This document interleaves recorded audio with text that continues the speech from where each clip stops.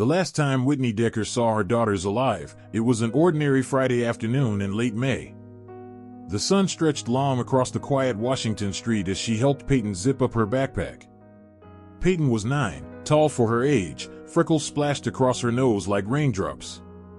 Always the little mother, she was already scolding her younger sister, Evelyn, for leaving her water bottle behind. Evelyn was 8, dreamy, inquisitive, with a habit of staring at the clouds as if they whispered secrets only she could hear. And then there was Olivia, the baby. Just 5. A bundle of curls and giggles, clutching her stuffed bunny as though it could keep the world safe. They were going camping. A whole weekend in the mountains with their father, Travis. Whitney watched from the porch as Travis pulled up in his old silver pickup, the back loaded with gear, a tent, sleeping bags, a cooler, even a new lantern. He looked like the man she'd married, rugged, outdoorsy, the kind of guy who could build a fire with nothing but 2 sticks and a smile. But that smile was gone. He barely looked at her as he opened the truck door for the girls. "Come on, ladies. Let's hit the road." His voice was cheerful, but his eyes were flat. Distant. Like he was already somewhere else. Whitney brushed it off. Divorce was messy. Custody battles were worse. But he loved those girls. Everyone knew that. "Call me when you get there," she said. "Yeah," Travis muttered, not meeting her gaze. The girls waved, all 3 little hands fluttering out the window as the truck rolled away. Whitney stood there until the tail lights disappeared down the road, a strange heaviness settling in her chest. She didn't know why. She didn't know this would be the last time she'd ever see her daughters alive.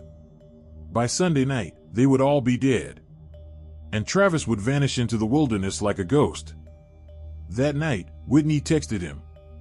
"You guys settled in?" No reply. She told herself it was fine. No service in the mountains. It happened all the time. Saturday morning, she tried again. "Hope you're having fun. Send me some pics." Still nothing. By Sunday afternoon, the unease in her stomach had bloomed into full-blown fear. He was always good about sending pictures. Always checked in. This silence wasn't like him. She called. Straight to voicemail. She tried again. And again. By 6 p.m., her hands were shaking as she stared at her phone. Maybe they're on their way back. Maybe the battery died. But the excuses felt thin, fragile. Something was wrong. That's when she dialed 911. 911, what's your emergency? Whitney's voice cracked as the words tumbled out. My girls, they're with their dad. They should have been home hours ago. He's not answering. Please, I need help. The dispatcher's tone was calm, professional, but Whitney could hear the shift, that almost imperceptible edge that meant this is bad. Within an hour, deputies were at her door. Questions. Descriptions. The make and model of his truck. Did he mention where he was camping? Whitney racked her brain. Travis loved the wilderness. The Chelan area. Hidden lakes, quiet campgrounds. He knew places where you could disappear. That night, she sat by the window, the darkness pressing against the glass like a living thing. Every time headlights passed, her heart leapt, then sank again. No truck. No girls. Just silence. By midnight, the Chelan County Sheriff's Office had boots on the ground. Deputies fanned out along dirt roads and hiking trails, their flashlights slicing through the black forest. Helicopters thudded overhead, searchlights sweeping the tree canopy. Dogs sniffed the underbrush, catching scents that led nowhere. Whitney didn't sleep. She couldn't.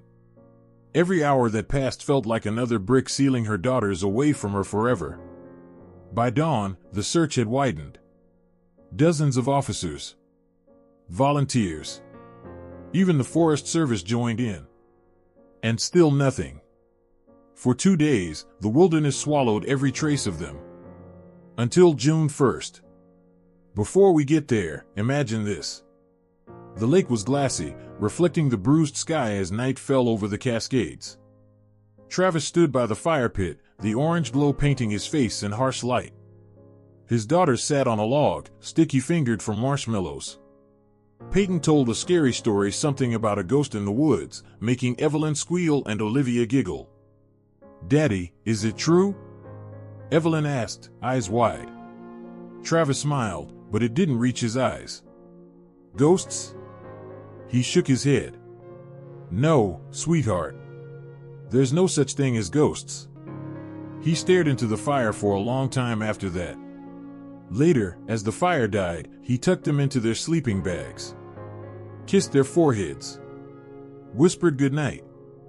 If only they'd known it was their last. The SUV was found first, parked at a remote trailhead, weeds brushing the undercarriage. The keys still in the ignition. Then came the bodies. 3 small forms, hidden beneath a shallow layer of pine needles and soil. Paityn, Evelyn, Olivia. The air was heavy with silence, the kind that suffocates. Veteran deputies wept at the scene. News traveled fast.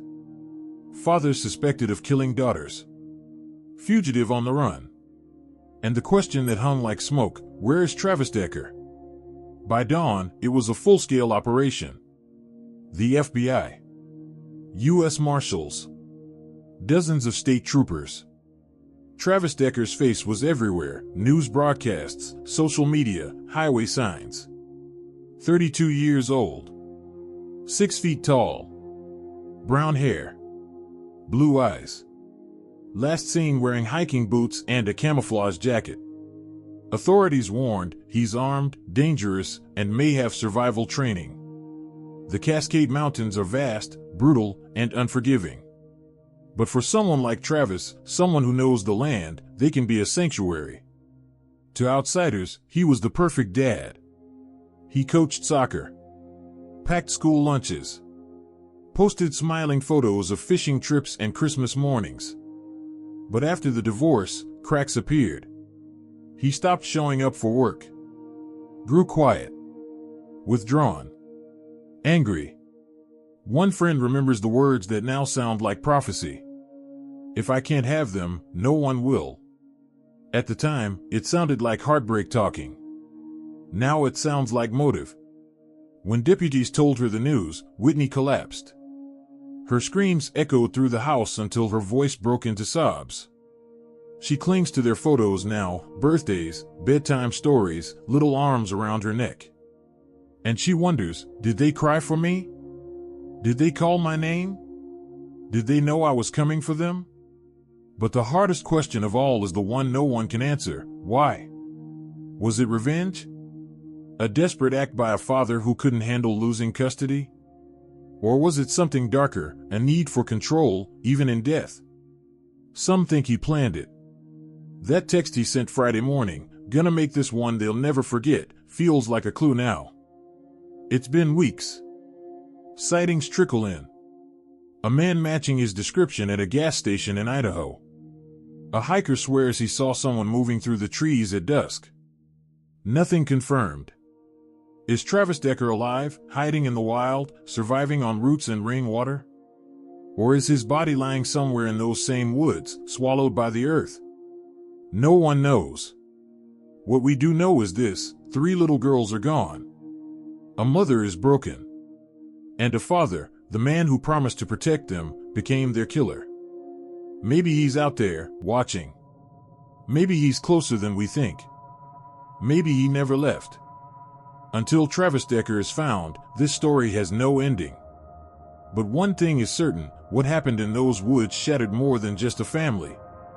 It fractured a community, tore open questions about justice, about fatherhood, about how darkness can wear the face of someone we trust. And as investigators push deeper into the forest, and a mother tries to piece together a life after unthinkable loss, one haunting truth remains. 3 innocent girls went camping with their father and never came home. If you have any information, call the FBI tip line at 1-800-CALL-FBI. Because someone out there knows the truth. You've been watching Redline Report, where truth cuts deep and every story drives closer to the edge. If this story moved you, if it left you with questions, if you're still asking, where is Travis Decker? Then make sure to subscribe, share, and join the conversation in the comments. Because the line between justice and silence is thinner than we think. And we're here to report it no matter how dark it gets.